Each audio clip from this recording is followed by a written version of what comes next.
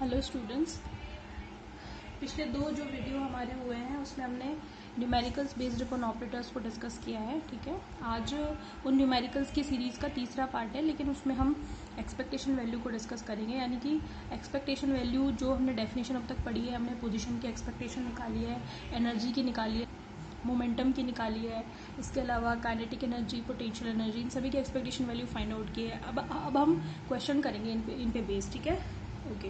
तो पहला क्वेश्चन लेते हैं आज का। ठीक है, फर्स्ट क्वेश्चन लेते हैं आज का। फर्स्ट क्वेश्चन है एक कण का तरंग फलन, है ना, और उसके लिए रीजन बताया हुआ है क्वेश्चन का। मैं बता देती हूँ आपको। क्वेश्चन है एक कण का तरंग फलन जिसमें x जो है उसने उसकी रेंज बता रखी है 0 से a के बीच में। ठीक है, इस क्षेत्र में है और कण का तरंग फलन क्या है, psi x is equal to √2/a sine pi x upon a. ठीक है, तथा इस क्षेत्र के बाहर, मतलब इस रीजन में तो फंक्शन ये है, और अगर x की वैल्यू ग्रेटर देन a है, इस रीजन से बाहर है, तो इसका जो फंक्शन है वो है 0। ठीक है, आपको बताना है कण की स्थिति और संवेग के प्रत्याशा मान की गणना कीजिए। ठीक है, क्वेश्चन मैं बोल देती हूँ एक बार और। The wave function of the particle is this. ठीक है, for x is between 0 to a and outside this region this function is 0। ठीक है, find the expectation values of position and momentum. ठीक है, दोनों के लिए हमें निकालनी है। यानी कि हमें करना क्या है, हमें करना है एक्सपेक्टेशन वैल्यू चाहिए, यानी कि मुझे पोजीशन की एक्सपेक्टेशन वैल्यू चाहिए और मुझे मोमेंटम की भी एक्सपेक्टेशन वैल्यू चाहिए। ये दोनों चीज़ें हमें फाइंड आउट करनी है, जबकि उसने रेंज भी बता दी है और उसने फंक्शन की वैल्यू भी बता दी है। समझ में आगे बात। तो सबसे पहले तो डेफिनेशन याद होनी चाहिए कि एक्सपेक्टेशन वैल्यू की डेफिनेशन क्या होती है। ठीक है, तो मैं बता देती हूँ। By the definition of expectation value, कोई ऑपरेटर है ना, उसकी एक्सपेक्टेशन वैल्यू अगर फाइंड आउट करनी है तो उसके लिए क्या था, उसके लिए था आपके पास, मैंने इंटीग्रेशन की फॉर्म में बताया था। हाँ, तो आप इंटीग्रेशन की फॉर्म में करो, आपने ब्रैकेट वाली फॉर्म में नहीं पढ़ा तो वो रहने दो। आपने पढ़ा था psi star x psi D V, ठीक है, divided by psi star psi D V. ठीक है, और ये इंटीग्रेशन जो है ये वो रेंज है जो आपको दे रखे है, तो इंटीग्रेशन उनके बीच में करना है जिसके बीच में आपको फंक्शन दे रखा है। ठीक है, समझ में आ जाएगा आपको आराम से, कोई दिक्कत नहीं है।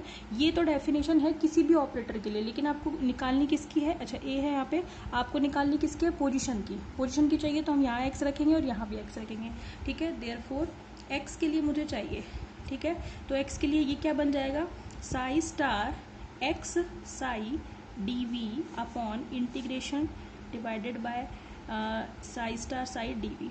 और इंटीग्रेशन कहाँ से कहाँ तक होगा, देखो साई एक्स की वैल्यू 0 है, ए से ऊपर तो है ना, ये इंटीग्रेशन एक्चुअली होता है -∞ to ∞, लेकिन हमें उससे मतलब नहीं है, हमारा रेंज क्या है 0 to a, तो ये 0 to a होगा और ये भी 0 to a होगा। बात समझ में आ रही है आपको। ठीक है, अभी मेरी बात ध्यान से सुनते जाइए और देखते जाइए, अपने आप सारी चीज़ें क्लियर हो जाएंगी। तो मेरे हिसाब से यहाँ तक तो कोई दिक्कत नहीं होगी। किसी भी ऑपरेटर की एक्सपेक्टेशन वैल्यू चाहिए और उसके लिए फॉर्मूला ये होता है, ये हम पहले पढ़ चुके हैं। जिसकी भी एक्सपेक्टेशन वैल्यू चाहिए उसको साई स्टार और साई के बीच में रख के इंटीग्रेशन करते हैं, वॉल्यूम इंटीग्रेशन, और नीचे ये प्रसामान्यकृत फलन से निकालते हैं। मैंने ये कहा था कि अगर नॉर्मलाइज फंक्शन नहीं है तब तो डिवाइडेड बाय ये आएगा, लेकिन अगर नॉर्मलाइज फंक्शन है तो इसकी वैल्यू 1 आ जाती है। समझ में आ रही बात। तो पहले हम चेक करेंगे कि हमें जो फंक्शन दिया हुआ है, गिवन वेव फंक्शन जो है, क्या वो नॉर्मलाइज्ड है या नहीं है। तो नॉर्मलाइज्ड तब होगा जब उसके कॉम्प्लेक्स कॉन्जुगेट और उस पर्टिकुलर फंक्शन का वॉल्यूम इंटीग्रल अगर 1 के इक्वल आ जाता है तो वो नॉर्मलाइज्ड होगा। नॉर्मलाइज्ड होगा तो उसका इंटीग्रेशन 1 आना चाहिए। तो हम पहले चेक कर लेते हैं either the function is normalised और नॉट। ठीक है, तो हम क्या करेंगे, first of all we check for given wave function is either normalized or not। ठीक है, तो क्या करना पड़ेगा, psi star psi D v, है ना, इसको चेक करेंगे अपन कि ये कितना आता है। देखिए तो जरा साई स्टार फंक्शन क्या दे रखा है, ये दे रखा है, इसका कॉम्प्लेक्स कॉन्जुगेट क्या होगा, ये खुद होगा क्योंकि ये एक रियल फंक्शन है। क्या आपको कहीं पे भी इस फंक्शन में आयोटा नजर आ रहा है? आयोटा नहीं है, दैट मीन्स फंक्शन मेरा पूरा कंप्लीटली रियल है। और रियल का जो भी कॉन्जुगेट होता है वो खुद होता है, पहले भी बताया था मैंने। लेकिन अगर आयोटा इसके साथ होता तो इसका कॉम्प्लेक्स कॉन्जुगेट में माइनस आयोटा आ जाता। समझ में आ रही बात आपको? इतना तो कॉम्प्लेक्स के बारे में जानते हो आप, ठीक है। अब साई स्टार कितना होगा, ये खुद होगा, है ना, और साई पहले से ही है, तो जो गिवन फंक्शन है उसका स्क्वायर हो जाएगा ना यहाँ पे, यानी कि क्या आएगा मेरे पास, चलो मैं 2 बार लिख देती हूँ, root pi by a sine pi x by a, ये तो साई स्टार हो गया। और दूसरा क्या हो गया, root pi by a root by 2 by a sine pi x by a, और साथ में क्या आ जाएगा मेरे पास, डी एक्स, ठीक है। मतलब इंटीग्रेशन तो है पूरे के लिए, लेकिन फंक्शन जो है मेरा वो केवल x का ही फंक्शन है, होता यहाँ पे वॉल्यूम इंटीग्रल ही है, ठीक है। लेकिन अगर मेरा फंक्शन r में दे रखा होता तो उसमें तो x y z तीनों होते तो हम वॉल्यूम इंटीग्रल करते, बट गिवन वेव फंक्शन जो है मेरा वो केवल x का ही फंक्शन है, रेंज भी मेरी x की ही है, लिमिट भी मैंने x की ही रखी है। तो क्या मैं यहाँ पे भी अब सही कर दूँ, ये dx हो जाएगा और ये भी क्या बन जाएगा, अब dx बन जाएगा, बात सही है ये। और यहाँ पे भी हम क्या फाइंड आउट करेंगे, ये dx हो जाएगा, क्योंकि फंक्शन कैसा दिया हुआ है, x का दिया हुआ है। समझ में आ गई? अदरवाइज इंटीग्रेशन जो है वो भी माइनस इन्फिनिटी टू इन्फिनिटी होता है और वॉल्यूम इंटीग्रेशन होता है, बट आपको जो वेव फंक्शन गिवन है that is only function of x and the limit is given from 0 to a, that is of limit of x। तो आपको ये ध्यान रखना पड़ेगा, ठीक है। तो 0 to a इसको चेक करेंगे अपन, और यहाँ पे भी 0 to, बात समझ में आ रही है। और मुझे नहीं लगता कि अब इसके इंटीग्रेशन में कोई दिक्कत होगी, सिंपल सा इंटीग्रेशन है, देखो तो ज़रा फटाफट।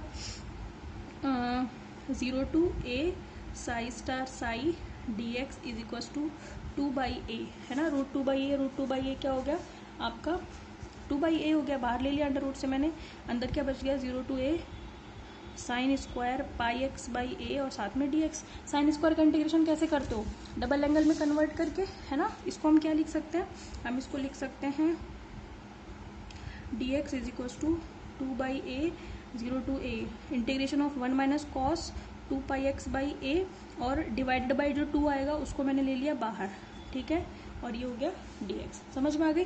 अब इंटीग्रेशन तो बहुत ही सिंपल हो गया, कर दो इसको जरा, 2 से 2 कैंसिल हो गया, क्या आ गया, 1 बाई ए आ गया, और इधर इसका करोगे आप dx का क्या हो गया, x हो गया, cos का हो गया साइन, है ना, 2 पाई एक्स बाई ए और a बाई 2 पाई, लिमिट रख दो कहाँ से कहाँ तक, 0 to a, तो आपका 0 to a psi star psi dx की वैल्यू कितनी आएगी, लिमिट रखो, a आ गया यहाँ पे, और यहाँ पे जब आप a रखोगे a से a कैंसिल हो जाएगा, साइन 2 पाई आएगा, और हमें पता है साइन जब इंटीग्रल ऑफ पाई होता है तो उसकी वैल्यू हमेशा 0 होती है, तो ये पूरा 0 हो गया, केवल यहाँ a रखोगे, a से a कैंसिल हो जाएगा, 1 आ जाएगा, ठीक है।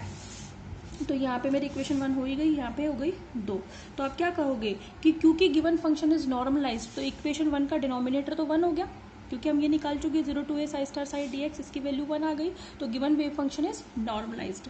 तो हमने क्या कहा, देयरफॉर गिवन फंक्शन और you can say wave function is normalised, यानी कि प्रसामान्यीकृत है, देयरफॉर बाय इक्वेशन 1। तो आपको एक्सपेक्टेशन में केवल क्या बचा, 0 to a psi star x psi d x, यही बचा, डिनोमिनेटर तो 1 हो गया, केवल ये बचा आपका। अब इसको कैलकुलेट कर लो, कोई दिक्कत नहीं है। x is equal to 0 to a psi star क्या है, रूट 2 बाई ए, कॉम्प्लेक्स उसका वही है, पाई एक्स बाई ए। बहुत ही इंपॉर्टेंट क्वेश्चन है भाई, ये आगे तक काम आता है, मतलब आपके बीएससी लेवल के लिए तो इंपॉर्टेंट है ही, अगर आप आगे जाके नेट वगैरह देते हो वहाँ पे एक्सपेक्टेशन वैल्यू भी पूछी जाती है, ठीक है, लेकिन वहाँ पे ब्रैकेट की फॉर्म में पूछते हैं, मतलब ले दे के मतलब यही होता है उस चीज़ का, ठीक है। एमएससी में पढ़ोगे आप ब्रै वेक्टर और कैट वेक्टर, ठीक है। चले आप, खैर इसको इंटीग्रेट कैसे करेंगे आप, कांस्टेंट जो है वो सारे बाहर निकाल लो, तो 2 बाई ए बाहर आ जाएगा आपका, अंदर क्या बचेगा 0 to a, अंदर क्या बचेगा x sign square pi x by A D x, भाई x ले लिया और ये साइन साइन मिल करके साइन स्क्वायर हो गए। अब आप क्या करोगे, इसका इंटीग्रेशन बाय पार्ट्स करोगे, इसको खंड समाकल करोगे, कैसे करते हो, एक को फंक्शन फर्स्ट मानोगे, एक को सेकेंड, ठीक है, उससे होगा, है ना, हाँ उसकी जरूरत पड़ेगी, लेकिन उससे पहले आप इसको साइन स्क्वायर को डबल एंगल में कन्वर्ट कर लीजिए, है ना। तो मैं इसको ऐसे कर लूँ, 0 to a x 1 minus cos 2 pi x by a, और जो डिवाइडेड बाय 2 है उसको मैंने ले लिया बाहर और साथ में dx। समझ में आ गई? पता है ना आपको साइन स्क्वायर को हम कैसे लिखते हैं, क्योंकि हम जानते हैं cos 2 theta is equal to 1 minus 2 sine square theta होता है। ठीक है, तो मैंने वहाँ से साइन स्क्वायर थीटा निकाल लिया, तो वो आएगा 1 माइनस कॉस 2 थीटा बाई 1/2। 2 ये आ गया, थीटा तो आपका 2πx/a पता है ना आपको। ठीक है, तो आपका x कितना आ गया, 2 से 2 कैंसिल हो गया, 1/a। तो इंटीग्रेशन जो है वो 2 में टूट रहा है ना। चलो और एक स्टेप बढ़ा देते हैं। एक तो आ गया x dx है ना, माइनस एक क्या आ गया 0 to a x cos 2πx/a और साथ में dx। सही बात है ये, है ना। अब इंटीग्रेट कर लो, उसको कोई दिक्कत नहीं है, ये इंटीग्रेशन में तो कोई दिक्कत ही नहीं है, इसमें भी कोई दिक्कत नहीं होनी चाहिए। खंडा समाकल तो अब आनी ही चाहिए आपको। ठीक है, देखें, ठीक है, देखें, इंटीग्रेट करें अपन इसको, किसको कर रहे थे, इसको, है ना। देखें, एक्सपेक्टेशन वैल्यू ऑफ x, ठीक है, और ये क्या बन गया आपका 1/a बाहर, और x का इसका कर रही हूँ मैं भाई इंटीग्रेशन। ठीक है, चलो उसको भी साथ साथ में देखते जाओ। x का क्या हो गया x²/2 है ना, limit is from 0 to a minus, इसके बाद क्या आ गया आपका खंडा समाकल कैसे करोगे, ये देखो मैं इसको इस ब्रैकेट में रख लेती हूँ। x तो ऐसे का ऐसा रहेगा, cos का क्या हो गया साइन 2πx/a और a/2π, और लिमिट कहाँ से कहाँ तक रखेंगे हम इस पूरे में 0 to a, फिर माइनस, फिर x का डिफरेंशिएशन, x का x के रिस्पेक्ट में 1 हो गया, फिर cos का इंटीग्रेशन करते हो, cos का क्या हो गया साइन। ठीक है, तो मैं साथ में कर रही हूँ, मैं स्टेप नहीं बढ़ा रही हूँ भाई, ये आपका काम है, आप खुद ही करके देखोगे, फिर भी मैं समझाती कर रही हूँ। ठीक है, तो एक बार क्या आएगा a/2π आएगा बाहर और साइन आएगा, फिर उसका एक बार और करना है इंटीग्रेशन, तो साइन का हो गया माइनस कॉस तो ये हो गया प्लस, और अंदर क्या बच गया आपका कॉस 2πx/a और a/2π। समझ में आ गई बात आपको, और लिमिट पूरे पे रखनी है आपको 0 to a। ठीक है, यानी कि इसकी जो लिमिट है उसको यहीं पे दिखा देते हैं 0 to a। समझ में आ गई बात आपको। ठीक है, और आ जाएगी जब आप करोगे ना इंटीग्रेशन, मैं इसको छोड़ देती यहाँ पे, पर मैंने सोचा कोई नहीं करा देती हूँ। a को a²/2 माइनस लिमिट रखो, a रखोगे यहाँ पे, जब a यहाँ रखोगे तो a से a कैंसिल हो जाएगा, साइन 2π की वैल्यू तो 0 ही हो जानी है, तो ये पूरा तो 0 हो गया। ठीक है, फिर इसमें आ जाओ, ये माइनस से ये वाला माइनस हो जाएगा, a/2π है ना, कांस्टेंट है उसको मैंने a/2π। अब लिमिट रख दो, लिमिट इसमें रखोगे तो आप क्या क्या रखोगे, देखो a रखोगे पहले लिमिट। ठीक है, तो cos 2π की वैल्यू क्या होती है 1 होती है, उसके साथ में ये कांस्टेंट है a/2π, ये तो आ गया। ठीक है, फिर minus upper limit minus lower limit, lower limit में क्या रखोगे आप बताओ, लोअर लिमिट में 0 रखोगे आप, यहाँ पे cos 0 की वैल्यू फिर से 1 होती है, तो फिर से ये a/2π आएगा, तो ये 0 हो गया, यानी कि ये ब्रैकेट भी 0। तो आपका क्या बच गया, एक्सपेक्टेशन वैल्यू ऑफ x कितनी आ गई a/2। बात समझ में आ गई आपको, तो ये आ गई आपके पास x की एक्सपेक्टेशन वैल्यू, और ये है आपका आंसर। ठीक है, तो ये तो पहला काम हो गया, एक्सपेक्टेशन वैल्यू ऑफ x निकल गई। इसी तरीके से आप एक्सपेक्टेशन वैल्यू ऑफ मोमेंटम भी निकाल सकते हो। देखो कैसे निकलेगा, 0 to a वही काम करना है, Sai star p cap Sai, अब की बार बीच में क्या रखना है p कैप रखना है आपको। समझ में आ गई बात आपको, और नीचे जो डिनोमिनेटर आएगा है ना वो तो 1 ही है। ठीक है, आप चाहो तो उसको वापस से दिखा सकते हो, 0 to a psi star psi dx, यहाँ पे बता देना since integration from 0 to a psi star psi dx की वैल्यू क्या है 1 है, ये हम पहले ही बता चुके हैं। तो मेरे पास p कितना आ जाएगा, देखो जरा, 0 to a साई स्टार कितना है √2/a साइन πx/a है ना, p कैप ऑपरेटर कितना होता है माइनस आयोटा h का डेल/डेल x, और √2/a साइन πx/a और साथ में dx।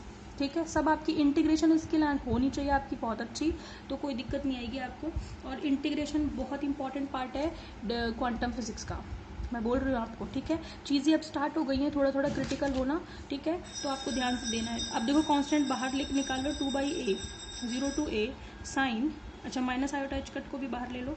ठीक है, साइन πx/a। एक चीज़ का ध्यान रखो, डिफरेंशिएशन जो है वो अपने राइट साइड के फंक्शन पे होता है, तो डेल/डेल x का क्या होगा डिफरेंशिएशन, इसका डिफरेंशिएशन होगा साइन πx/a का। कितना होता है डिफरेंशिएशन साइन πx का, cos πx/a, और कांस्टेंट और आएगा π/a है ना, उसको मैं बाहर लिख रही हूँ, और साथ में क्या आएगा dx आएगा। अब ये किसका बन गया, 2 sin a cos a, sin 2a होता है, इस 2 को मैं अंदर लेके जा रही हूँ, ठीक है, बाकी चीज़ें कांस्टेंट बाहर ने तो 2 अंदर ले जाओ, तो 2 sin a cos a कितना होता है, sin 2a, ठीक है। हर अब आपको भाई इंटीग्रेशन में इतनी स्किल हो जानी चाहिए, क्योंकि इंटीग्रेशन आप लोग कर रहे हो मैथमेटिक्स में काफ़ी टाइम से कर रहे हो, पिछले साल भी आपने इंटीग्रेशन किया है, 2-2 साल हो गए इंटीग्रेशन करते हुए, तो आई थिंक इंटीग्रेशन में तो महारत हासिल हो जानी चाहिए आपको कि इंटीग्रेशन कैसे करते हैं, किसी भी चीज़ का इंटीग्रेशन हो जाना चाहिए अब तो मेरे हिसाब से। तो आपको आना चाहिए कि स्टेप को आप जंप कर सकते हो, किसी भी स्टेप को जंप करते हुए अगले अगले 2-3 स्टेप दिमाग में रखो और उनको रखते हुए फटाफट करो क्वेश्चन को, अब इतनी स्किल होनी चाहिए आप में, ठीक है।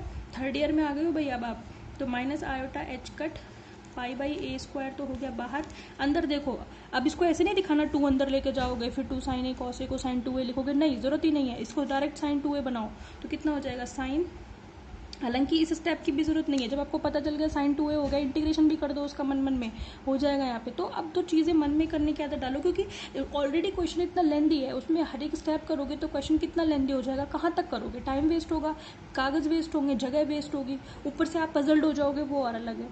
समझ में आ रही बात, लिमिट है 0 to a, ठीक है।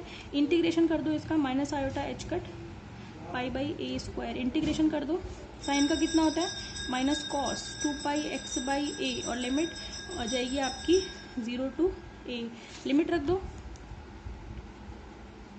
लिमिट जब आप रखोगे तो a रखोगे, है ना, तो cos 2 पाई की वैल्यू 1 होती है, तो इसमें -1 पहले से ही था, फिर आप लोअर लिमिट रखोगे तो माइनस आएगा, माइनस माइनस हो जाएगा प्लस, समझ में आ गई, और वो आएगा आपका क्या आएगा, 0 रखोगे 1 आएगा, तो माइनस प्लस 1 0, तो एक्सपेक्टेशन वैल्यू जो आएगी किसकी, मोमेंटम की, वो आएगी 0। तो दोनों आंसर निकाल लिए हमने एक्सपेक्टेशन वैल्यू ऑफ एक्स भी निकाल ली, हमने एक्सपेक्टेशन वैल्यू ऑफ मोमेंटम भी निकाल ली, ठीक है, ठीक है। अब आप ये देखो कि यही क्वेश्चन 3 पन्ने में हुआ है, यानी कि हमें क्या निकालना था, एक्सपेक्टेशन वैल्यू ऑफ पोजीशन और मोमेंटम निकाल ली थी, और वही 3 पन्ने में हुई है। पहले हमने क्या निकाला, पहले तो डेफिनेशन में ही चला गया, उसके बाद हमने क्या किया, नॉर्मलाइजेशन उसको प्रूव किया, उसके बाद हमने पोजीशन की निकाली, और उसके जस्ट बाद हमने किसकी निकाली है, मोमेंटम की। समझ में आ गई बात आपको, इस तरीके से आप काम कर सकते हो। एक क्वेश्चन मैं आपको दे रही हूँ होमवर्क के लिए, उसको आप करना है ना। क्वेश्चन है आपका, एक कण का तरंग फलन 0 से a रीजन में आपको दे रखा है, psi x is equal to, इधर ही लिख देती हूँ, पन्ना क्यों बिगाड़ना, psi x is equal to आपको दे रखा है √2/a sine n pi x by a, है ना, और किस रीजन में है, 0 to a रीजन में ये है, ठीक है, और इसके आउटसाइड रीजन में जो है फंक्शन 0 है, यानी कि x is greater than a जो है फंक्शन 0 है। आपको बताना है संवेग का प्रत्याशा मान, ठीक है, लेकिन आप पोजीशन का भी निकालना, दोनों निकालना है आपको, expectation value of position and expectation value of P, ठीक है। एक चीज़ का ध्यान रखना, यहाँ पे पोजीशन का फंक्शन है, अगर सपोज करो कोई फंक्शन आपका टी का फंक्शन है, तो आप वहाँ पे आराम से एनर्जी की एक्सपेक्टेशन वैल्यू निकाल सकते हो। अगर कोई आपसे इस क्वेश्चन में एनर्जी की एक्सपेक्टेशन वैल्यू पूछे तो 0 आएगा, क्योंकि एनर्जी का ऑपरेटर आप डेल बाय डेल टी लिखते हो, तो टी के रेस्पेक्ट में डिफरेंशिएशन इसका 0 होगा, तो एक्सपेक्टेशन वैल्यू 0 हो जाएगी एनर्जी की। तो आप ध्यान रखना, अगर टाइम का फंक्शन है तो एनर्जी का आराम से एक्सपेक्टेशन वैल्यू निकल जाएगा, अदरवाइज 0 आएगी, ठीक है। मैं करा दूंगी, 1-2 क्वेश्चन मिल जाएंगे तो टाइम से रिलेटेड, ठीक है। तो इस क्वेश्चन को करके रखना आप, और इसमें एक्सपेक्टेशन वैल्यू ऑफ मोमेंटम और एक्सपेक्टेशन वैल्यू ऑफ पोजीशन आपको निकालनी है, ओके। अब नेक्स्ट जो हम करेंगे, आगे शुरू करेंगे, हमारा नेक्स्ट टॉपिक जो है देख लेंगे, आइगन फंक्शन ले लेंगे, फिर एरनफेस्ट थ्योरम ले लेंगे, ओके। Thank you.